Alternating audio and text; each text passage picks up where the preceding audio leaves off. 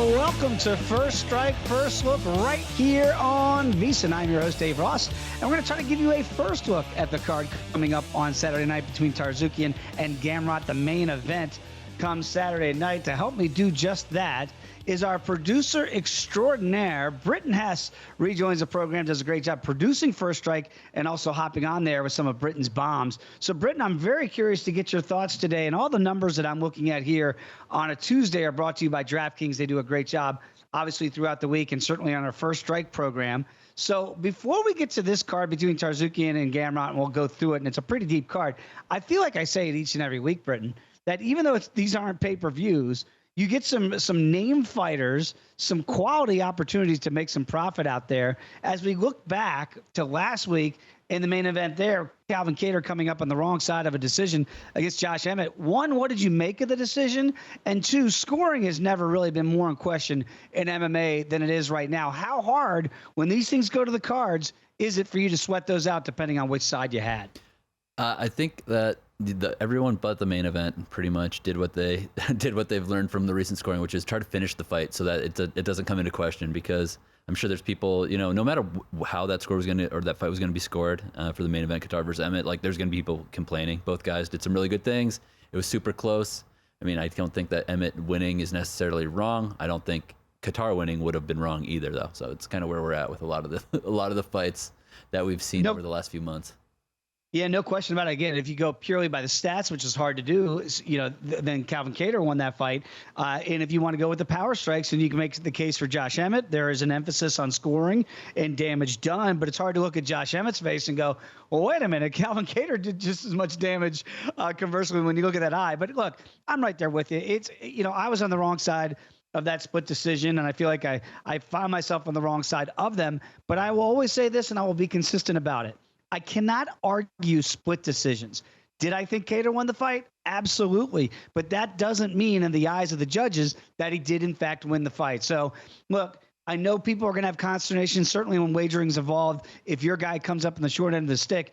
But that is one thing to put into your handicap. If these things might go to the decision, and you have a lot of decision fighters out there, take that into account. Certainly when you're laying favorites, like I did last week with Calvin Kattar, it can come back and bite you. So just a little bit of food for thought out there, people, that if you're going to fight a guy and you think it's going to go to the decision, you really never know which way the judges might, in fact, go. So let's look ahead to this week and start right off at the top with Tsarukyan against Gamrot here. And right now, Arman is a rather sizable favorite at minus 255. Again, these odds brought to you by DraftKings over Gamrot. You have plus 215 on the comeback here. Potential 5-round bout. Let me start right there, Britton. Do you expect this fight to be a deep fight that goes into those possible championship rounds, or might we get a finish sooner rather than later? I see it going deep. I definitely do. Both these guys do have a decent amount of finishes, but they're both so good. They're so technical that they're not going to be leaving themselves open to heavy damage early on. I mean, Mateusz Gamrot was a champion in M1 before he came to the UFC. He's got a great pedigree. His one loss was a split decision loss to Kuta Deledzi, who we saw last week almost take out Ismagulov. And then Arman Tsarukyan, obviously his track record doesn't need much explaining. I mean, he's 18. We've got a guy who's 18-2 versus a guy who's 20-1, and they both have solid strength of schedules. You know what I mean? These aren't paper tigers. These guys are legitimate contenders for a belt down the line. They're both ranked outside the top 10 right now. But I don't think that's going to be for long. I mean, both these guys are going to be top 5 eventually, in my opinion. And to your point, Britton, and I think you do a great job of this, you do really go into the weeds and strength of schedule. And I think that is a very important style in handicapping mixed martial arts, because sometimes you see those records that you put out there and they go, wow, this guy, how can I bet against him? Well, sometimes you got to look at the strength of schedule, and it might not be there. And to your point, both these guys do have pretty solid strength of schedules. The point about the total rounds here is well taken as well, because the over right now, 4.5 rounds, even though it's not a title fight, it's a main event, so it could go all 5. And right now, juiced evenly at DraftKings, minus $1.15 for either the over 4.5 or the under 4.5. Do you think we're looking at a fight that does go the decision? I could see it. It's going to be a war of attrition, so it's going to be a decision, or it's going to be a late stoppage, in my opinion, if the card plays out or the fight plays out the way that I see it happening in my head. then yeah, most likely a decision. Like I said, Gamrot is a great point fighter. He's got great defense. And again, I'm thinking back to when I watched him fight Kutateladze almost 2 years ago now. And I mean, that was one of the most impressive back and forth striking, just kickboxing displays I've ever seen. Both guys were super sharp, great defense. And then also, Tsarukyan's a powerful guy, but I don't think that he's going to be able to get in on Gamrot, at least early in the fight. So if he does get him, get the KO like he did versus Joel Alvarez, it'll be much later in the fight, because I think that Gamrot has a much better defense, stand-up defense than Joel Alvarez does. And Britton, I'm curious to get your thoughts here on First Strike, First Look on a Tuesday. And again, we'll break this down later on in the week on First Strike on VSiN. But when I see that and the style that Gamrot, we know what he wants to try to do and what a great point fighter he is. If the proclivity of this fight is to go deeper and potentially to the cards, at plus 215, there feels like real value from what we just talked about off the top of the show. You don't have to go back past Calvin Kattar against Josh Emmett from a week ago. Is there value in the number for Gamrot, especially if this fight does hit the cards?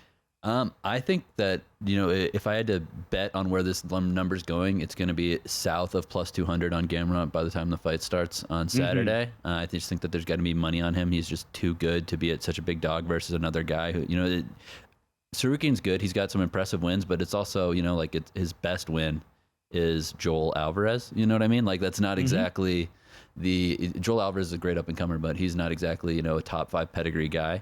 And so both of these guys have taken care of business when they needed to. They both have understandable losses in their UFC career. Tsarukyan lost to Islam Makhachev, and then Gamrot lost that split decision a couple years back.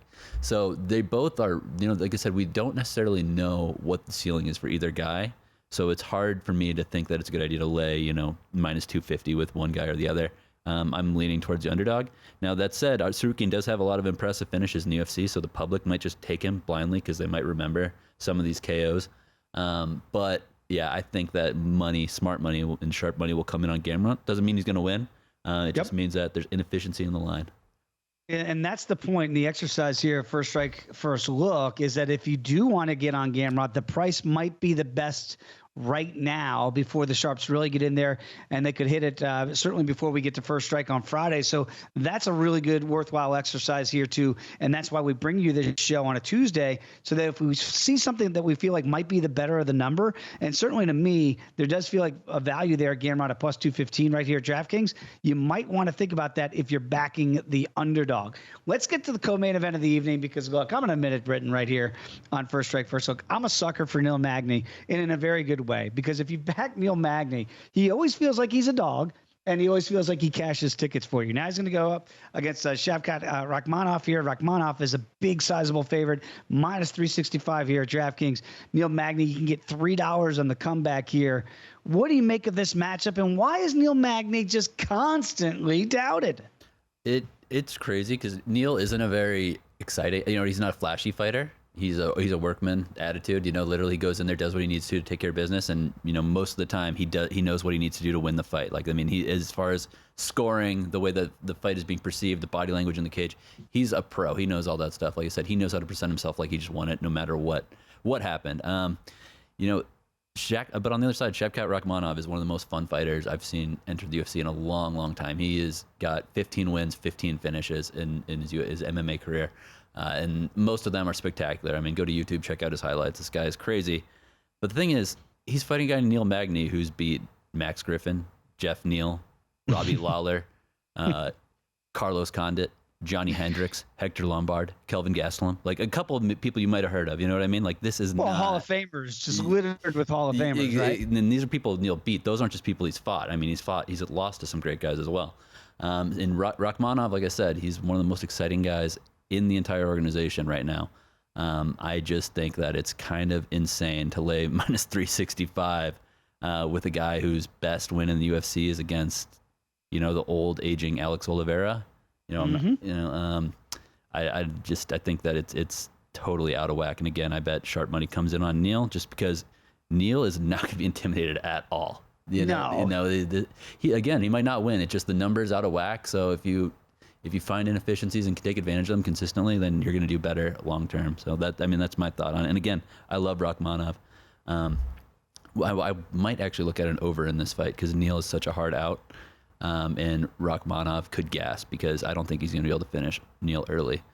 No, I know a lot of people might think, oh my goodness, Rachmanov's just going to overwhelm Neil Magny. You look at the who's who of not, as you mentioned, not only has he fought but beaten. He's fought wild men in the UFC before and been very, very had very good fortune against those type of fighters. So I don't think he's going to be deer in headlights in this one. To your point about the over, it is plus money right now. DraftKings, and again, 3-round fight here. The over 2.5 rounds, you can get plus money at plus $1.05.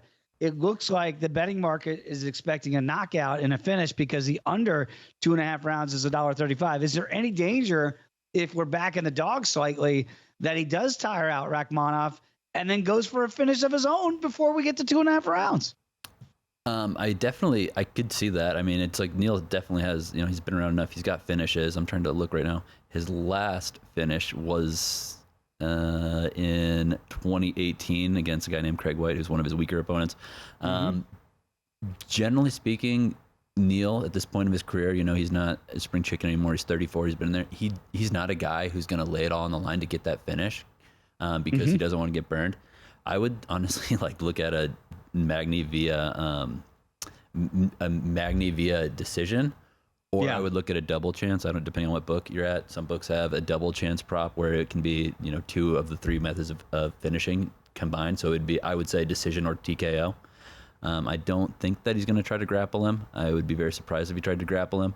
I would look at Magny via decision if you wanted to get crazy odds, or the double chance with decision or TKO. Talking with Britton Hess here on First Strike First Look on a Tuesday here on VSiN, and I'm looking at some of these numbers, and certainly the biggest one out there on the board this week, Nurmagomedov back in there, and he's almost laying, I believe right now with Umar, you got to lay 850 here at DraftKings against Nate Maness here. Is there any shot at a live dog here, or is this going to be all one-way traffic in your eyes with Nurmagomedov? And again, when people see the last name, they're going to go, there's no way I'm betting against that guy. I feel like I'm coming off as somebody who's trying to be too cool and too sharp for my own good by just saying all these dogs have value. But at the same time, you've seen me on the show before, heard me on the show before. I'm not afraid to lay juice either. I just think, again, this line is kind of insane. Omar Nurmagomedov, who is minus 850 with, he's beat such amazing stalwarts like Brian Kelleher, who I think is kind of, he's a good veteran, but he's kind of undersized and he's not really a tip of the spear guy at all. Sergey Morozov, who's also not a tip of the spear guy, and Brian, that's his 2 UFC wins. You know what I mean? Those are who he's fought. And meanwhile, Nathan Maness has, he's been in the octagon 3 times, 3-0 in the octagon, beaten Tony Gravely, who is a really good fighter, who got a KO 2 weeks ago. Luke Sanders, who I'm not a huge fan of, and Johnny Munoz, who's kind of just average. But long story short is that both these guys have had success in the octagon. Both of these guys haven't been in the octagon very long, but I'm seeing one with a famous last name, and he's laying a gigantic price for, I don't think, a justifiable reason. Yeah, the last name will get people, and I think that's a very astute evaluation, again, as to looking at the quality of opponent. And so I would not be quick to run to that window and lay 850. That's for sure. Maybe find some other ways to play that fight. But, I do look, and I see Olberg's back in here. He's a small fave. You've got fight like Julian Paiva's back in there as a small plus price here. And even a guy like Boom Kelleher early in this card at plus $1.40. At some of these shorter prices, Britton, is there a fight that really has jumped off the page to you? For spectating, Olberg versus Nchukwi is going to be amazing because Olberg is, again, he's it's Israel Adesanya's training partner, super technical kickboxer. He doesn't have a ton of power. I don't know if you remember his UFC debut against, I forget who he was against, but basically, it was Kennedy Nchukwu was his UFC debut. And he was lighting him up for 3.5 rounds. He probably landed 150 significant strikes, mostly kicks. But he didn't have the power to end it, and he kind of ran out of gas. And then Nchukwu had one of the greatest, I'm getting the name confused now. But Kennedy had one of the greatest comeback KOs I've ever seen in that fight. I think that Olberg learned from that. He learned not to overextend himself, and he learned that, hey, if I just point fight, I can win this. So I'm looking to back him here, just because I think his technical ability is going to be too much for Tafon Nchukwi today, or not today, but on Saturday. So yeah, that's going to be fun to watch regardless. I don't necessarily know if I'll bet on it, but like I'd say, I lean Olberg just because he's gotten so much better and more experience in the octagon, and he's so hard to deal with striking. And then, I'm also looking at this Chris Curtis versus Rodolfo Vieira fight, because stylistically they're kind of different animals. Vieira is the jiu-jitsu world champion who, was supposed to come into UFC and be, all world beater, yeah, exactly, just right off the bat, and then he got humbled by Anthony Hernandez. And then my favorite type of fighter are guys like Chris Curtis, who've been around for a long, long time and have ups, downs, whatever. But then all of a sudden, in their early to mid 30s, they start to put it together. And we saw Phil Hawes last week, right? We saw him destroy Deron Winn. He looked fantastic. Yeah. So when he fought Chris Curtis a year and a half ago, Chris Curtis KO'd him in the first round. We also saw Chris Curtis KO Brendan Allen in his most recent fight. He's a guy who's got 2 UFC fights, 2 impressive finishes. He's like 34 now. I just love a guy who's got a high fight IQ, who's not afraid to fail because they've done it already back in their 20s, and they're peaking. I just don't know. I mean, he's not. If Rodolfo Vieira gets him to the ground, good luck. But I feel like he's going to eat a lot of uppercuts, knees, and everything else before he can even get there.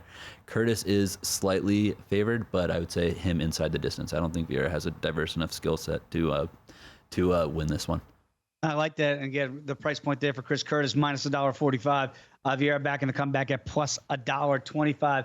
Britton, I always appreciate the conversation, whether it's on or off air, my friend. So great job, as always, producing First Strike and obviously hopping on with us here today on First Strike, First Look. So I'll catch up with you Friday because, we still got the hour-long show to put together for Friday. All right, looking forward to it. It's a great fight card, and it's all leading to the huge July 4th card, so I can't wait. Cannot wait. There he is, everybody. Britton Hess. We'll see you back on Friday on VSiN, the Sports Betting Network.